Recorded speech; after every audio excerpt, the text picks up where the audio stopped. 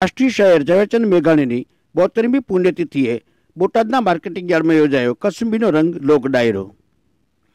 મહાત્મા ગાંધીએ જેને રાષ્ટ્રીય શાયરનું બિરુદ આપ્યું એવા આપણા ગુજરાતનું ગૌરવ કે જેણે પોતાના શૌર્ય ગાનથી મરદામાં પણ પ્રાણ પૂર્યા છે તથા લોક સાહિત્યને દેશ વિદેશમાં જીવંત રાખ્યું છે તેવા ઝવેરચંદ મેઘાણીજીની 72મી પુણ્યતિથિ નિમિત્તે સરકારી હાઈસ્કૂલ પાસે આવેલી મેઘાણીજીની પ્રતિમાને એસપી તેમજ મહાનુભાવો દ્વારા પુષ્પાંજલિ અર્પણ કરવામાં આવી હતી। ત્યારબાદ ગુજરાત રાજ્ય સંગીત નાટ્ય અકાદમી ગાંધીનગર, ઝવેરચંદ મેઘાણી સ્મૃતિ સંસ્થાન અમદાવાદ દ્વારા સુરક્ષા સેતુ સોસાયટી બોટાદ, જિલ્લા પોલીસ, એપીએમસી બોટાદ, ખરીદ વેચાણ સંઘ લિમિટેડ બોટાદ તેમજ બોટાદ નગરપાલિકાના સહયોગથી પાળિયાદ રોડ પર આવેલા જૂના માર્કેટિંગ યાર્ડમાં મેઘાણી વંદના અંતર્ગત કસુંબીનો રંગ લોક ડાયરાનું આયોજન હાથ ધરવામાં આવેલ હતું, જેમાં પોતાના કંઠથી જેણે મેઘાણીજીના સાહિત્યને અમર બનાવવામાં પોતાનું જીવન સમર્પણ કર્યું છે તેવા બોટાદના વતની શ્રી અભયસિંહભાઈ રાઠોડ, ભજન સામ્રાજ્ઞી લલિતાબેન ઘોડાદરા, રાધાબેન વ્યાસ તથા હાસ્ય કલાકાર હરીસિંહ સોલંકી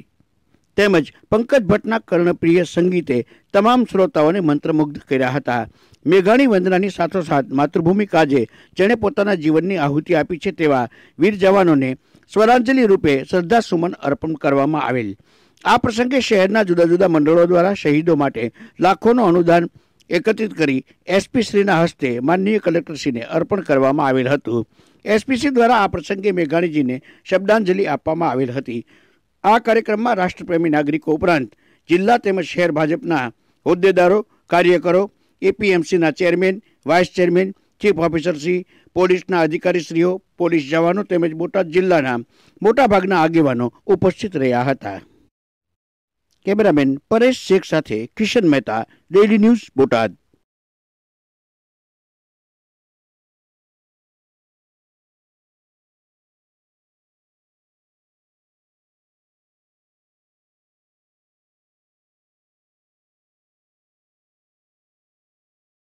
આની અંદર અમારી શું મદદ કરી શકો?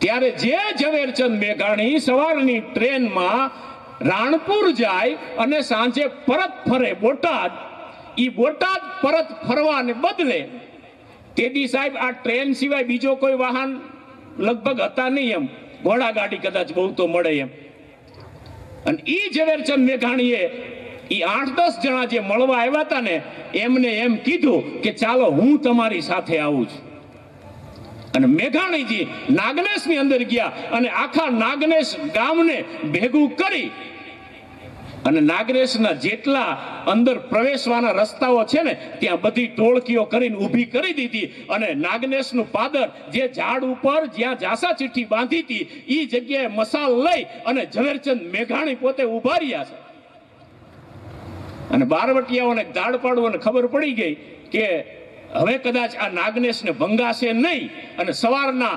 5:30 વાગ્યા ત્યાં સુધી કોઈ પણ બારવટીયો સાહેબ નાગનેશની સામે ફરકી ન શક્યો, અને 5:30 વાગ્યા ને ત્યારે ઝવેરચંદ મેઘાણીએ કીધું કે હવે એમની તાકાત નથી ને હવે કોઈ અહીં આવશે નહીં, અને એમ કરી અને રાણપુરના માર્ગે એને પગલા ભર્યા। તેથી નાગનેશના લોકોએ કીધું મેઘાણીજી અમે રાણપુર સુધી તમને વળોટાવા આવીએ, ત્યારે મેઘાણીજીએ એમ કીધું કે એવું હોત ને તો હું અહીંયા આવ્યો જ ન હોત, ભલા માણસ મારે કોઈની જરૂર નથી, એમ કરી અને મસાલ લઈને નીકળી ગયા અને રાણપુર પહોંચી ગયા। આ ખુમારી ઝવેરચંદ મેઘાણીમાં આવી ક્યાંથી?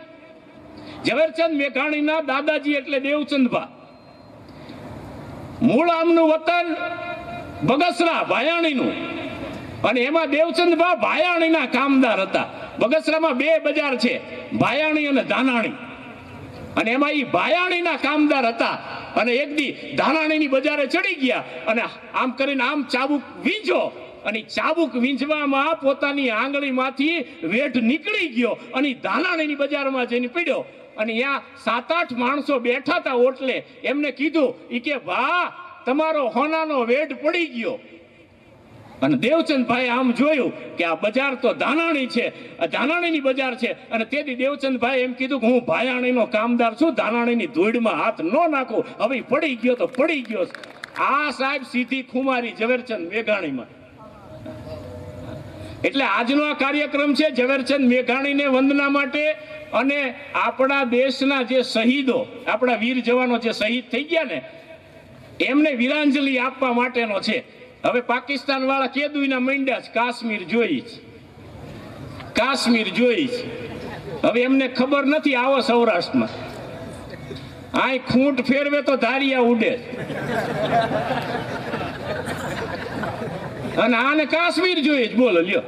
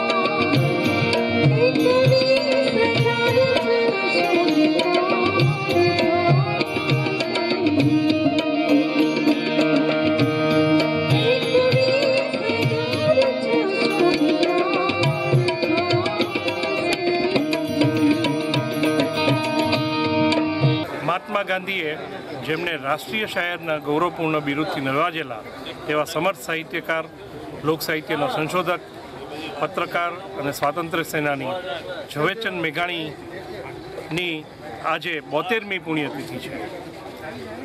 એમની કર્મ નિર્વાણ ભૂમિ બોટાદ ખાતે એમની સ્મૃતિમાં કસુંબીનો રંગ સ્વરાંજલિ કાર્યક્રમનું આયોજન ગુજરાત રાજ્ય સંગીત નાટક અકાદમી અને ઝવેરચંદ મેઘાણી સ્મૃતિ સંસ્થાન દ્વારા થયું છે.